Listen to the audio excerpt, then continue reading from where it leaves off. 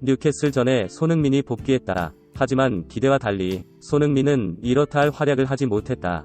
오히려 라멜라보다도 못한 평점이 많았고, 항상 손흥민을 칭찬했던 무리뉴에게조차 왜 그 상황에서 마무리 짓지 않고 케인에게 패스를 했는지 모르겠다는 우회적인 비난을 받고 말았다. 전체적으로 보면 손흥민이 공간으로 빠져들어간다 해도 좋은 패스가 오지 않고 있다. 한마디로 동료들이 손흥민을 믿지 않고 있거나 혹은 선호하지 않는 다는 이야기다. 왜일까? 기레기들이나 손흥민으로 조회수 빠는 쓰레기 유튜브 놈들을 보면 항상 손흥민이 토트넘 내 최고 인싸이며 모두와 친하고 신뢰를 받고 있다고 말하는데, 실제 피치 위에선 전혀 그러하지 못한 이유가 뭘까? 그건 정확히 단언할 수 있는데, 손흥민이 토트넘 내에서 케인 등에게 견제를 받고 있으며 선수단 내에서도 리더로 인정받고 있지 못하다는 이야기다.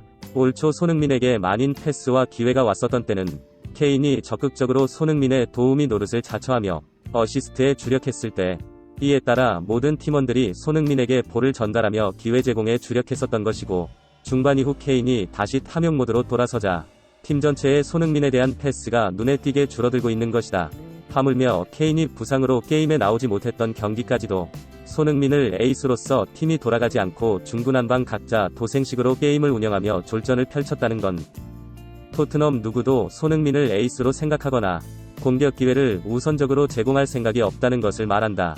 올 초 월드클래스로 칭송받은 모습은 온데간데 없고, 전반적으로 열심히 뛰어봐야 공 한 번 못 만지며 라멜라보다도 못한 평가를 받고 있는 게 작금의 현실.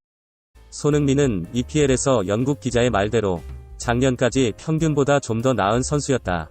하지만 올해 월클 논쟁을 일으킬 정도로 리그를 대표하는 공격수로 올라섰다. 하지만 손흥민이 현재 살라나 데브라이너, 케인 같은 명성과 위치를 확보한 건 아니다. 골을 못 넣고 부진이 길어지면 토트넘은 케인과 베일의 팀이 돼버리고 언제든 라멜라 선발 손흥민 교체 멤버로 전락할 수도 있는 것이다. 알리를 봐라. 알리가 지금 같은 처지가 될 거라고 2년 전 누가 예상했나? 저번 이적설에 레알에 손흥민이 요구했다던 슈퍼스타의 대우를 받고 있는 선수는 손흥민은 냉정히 아직 아니다.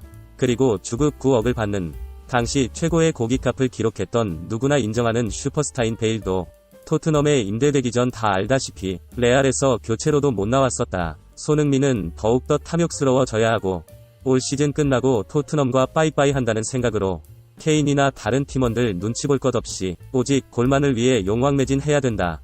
몇몇 손흥민으로 먹고 사는 유튜브나 기레기들 손뽕 주접처럼 알리를 살려줬다, 베일을 부활시켰다 다 캐소리다. 본인이 골을 못 넣으면 누굴 살려줬다는 연봉에 계산되지 못한다.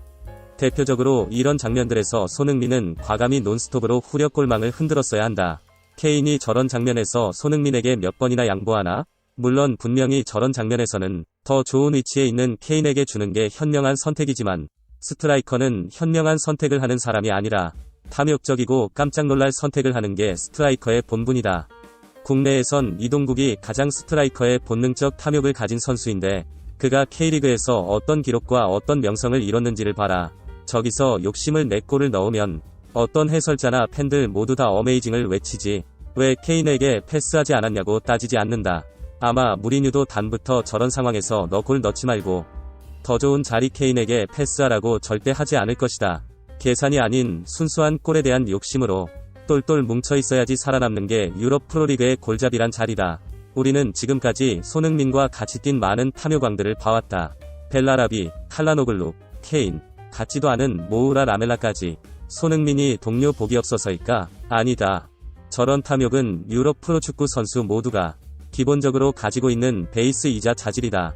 매우 당연하고 자연스러운 것이다. 또 손흥민이 이타적인 플레이를 하고 득점 대신 패스를 택한다고 해서 팀원들이 인정하고 역시 양보하며 손흥민에게 패스를 내주지 않는다. 오히려 자는 패스 안 줘도 화안내, 그냥 그러나야 하며 레길론처럼 윙백임에도 지가 더 주인공이 되는 플레이를 하려 한다. 아무리 탐욕적이어도 골을 많이 넣고 팀의 에이스면 알아서 다 조공을 바치며 감독도 이런 분위기에 제동을 걸지 않는다. 올해 극한한 재정난을 앓고 있는 토트넘의 여러 상황상 손흥민과 케인은 토트넘이 이적시장 매물로 내놓을 확률이 높고, 케인은 최초로 득점왕과 어시스트왕 둘 다 헤쳐먹고 최고의 몸값으로 맨시티로의 이적을 꿈꾸고 있는 듯하다. 손흥민도 역시 최고의 기록을 거둬야만 레알이든 맨유로든 이적이 가능하다.